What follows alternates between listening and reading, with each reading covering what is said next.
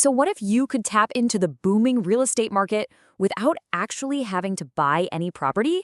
Well, today we're cracking open the playbook for exactly that. We're diving deep into Alabama's surprisingly hot Airbnb scene and a really smart strategy called rental arbitrage.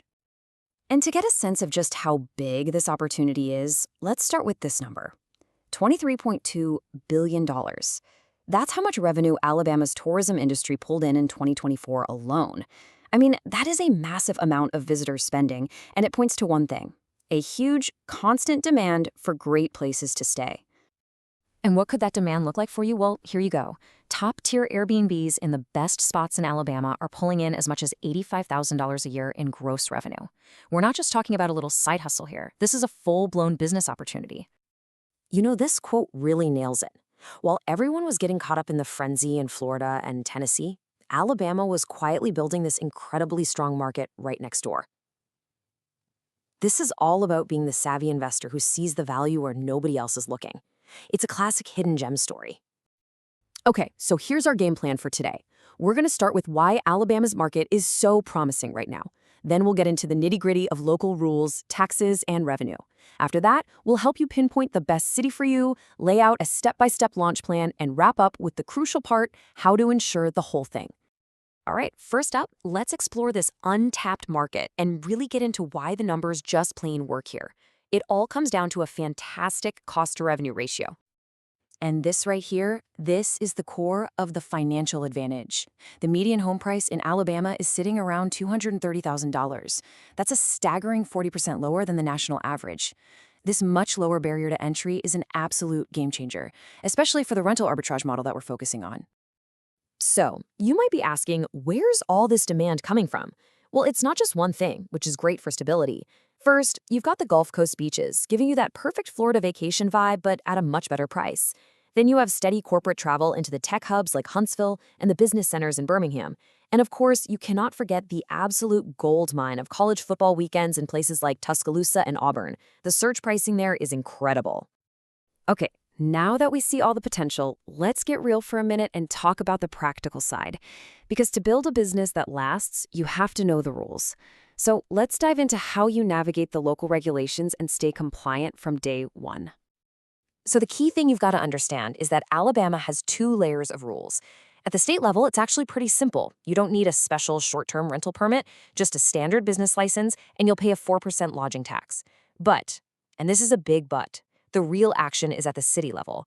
That's where you'll find specific permit requirements, extra local taxes, and safety rules. This is where you really need to do your homework. Now, this is a major win for hosts in Alabama, and you need to know about it. A 2025 law called SB 127 actually stops cities from outright banning short-term rentals. They can still regulate them, sure, but they can't just shut you down. This gives you a level of long-term stability that is, frankly, pretty rare in this industry. All right, let's talk money. In this section, we're going to break down the taxes and the revenue side of things so you can figure out what your real profit might look like. This is the step that turns a good idea into a great, profitable business. Yeah, the taxes can be a little layered. So you start with that 4% state tax we mentioned. Then the county will likely add its own tax, which can be up to 6%. And finally, the city gets its cut. So in a popular spot like Gulf Shores, you can see how it all stacks up. You could be looking at a total lodging tax of up to 15%. You absolutely have to bake this into your numbers from the very beginning. Now, since this is the core of our playbook today, let's just make sure we're all on the same page. Rental arbitrage is simply this. You sign a long-term lease on an apartment or house, and then, with the landlord's full written permission, you furnish it and list it on sites like Airbnb. The profit you make is the difference between your monthly rent and what you bring in from all those nightly stays. Okay, moving on to what might be the single most important decision you'll make: choosing the right city. Your location is going to define everything: who your guests are, how you make money, and ultimately your potential for success. So what's really cool is how different cities support different strategies. A place like Gulf Shores is your classic vacation spot. You'll see huge revenue peaks in the summer. But check out Birmingham and Huntsville. The demand there is steady, year-round, thanks to corporate and medical travelers. That consistent demand, plus lower rent costs, makes them absolutely excellent for rental arbitrage. This is where that model really shines. All right, this is it. This is where the rubber meets the road. We've hyped up the opportunity. Now let's talk about how you actually do it. Here is your 7-step playbook to take you from just an idea to a fully functioning, profitable, short-term rental business. Okay, here we go. Step 1, choose your market and strategy. Think about who you're serving, a traveling nurse, a football fan. Build the experience for them. Step 2, run the numbers. Use tools like Airbnb, don't just guess. Step 3 is huge. Find a property and get permission. Pitch the landlord on why you'll be the best tenant they've ever had.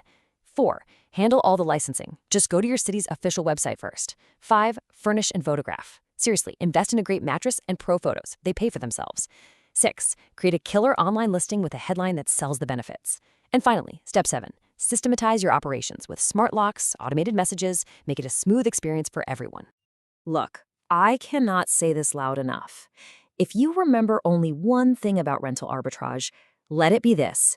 You absolutely must get explicit, written permission from the property owner. A handshake deal is not good enough. Get it in writing, as an addendum to your lease. This is what protects you from getting evicted and makes sure your entire business is built on a solid, legal foundation. And finally, let's talk about protection. Once you've gone through all the work to build this amazing business, you have to insure it properly. This isn't optional, it's a non-negotiable step to protect your investment, your income, and yourself.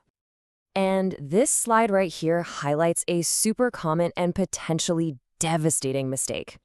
Your standard renter's policy, it's not going to cut it. Almost every single one has what's called a business activity exclusion, which means if anything happens related to your Airbnb, you have zero coverage. You absolutely need a dedicated short-term rental policy that is specifically designed for this kind of business. So let's quickly recap the key points on insurance. Number 1, standard policies are not enough. Number 2, you'll want to check out specialized providers like Proper Insurance or CBIZ. 3, if you're anywhere near the coast, you'll need a separate policy for floods. And finally, remember that Airbnb's host protection is great, but it's a backup, a safety net. It is not a substitute for your own primary insurance policy. So there you have it. We've laid out the market, the numbers, the rules, and the exact step-by-step plan. The data clearly shows a powerful opportunity in a market that a lot of investors are still sleeping on, especially for this rental arbitrage model. The blueprint is right here. So the only question left is this your next move?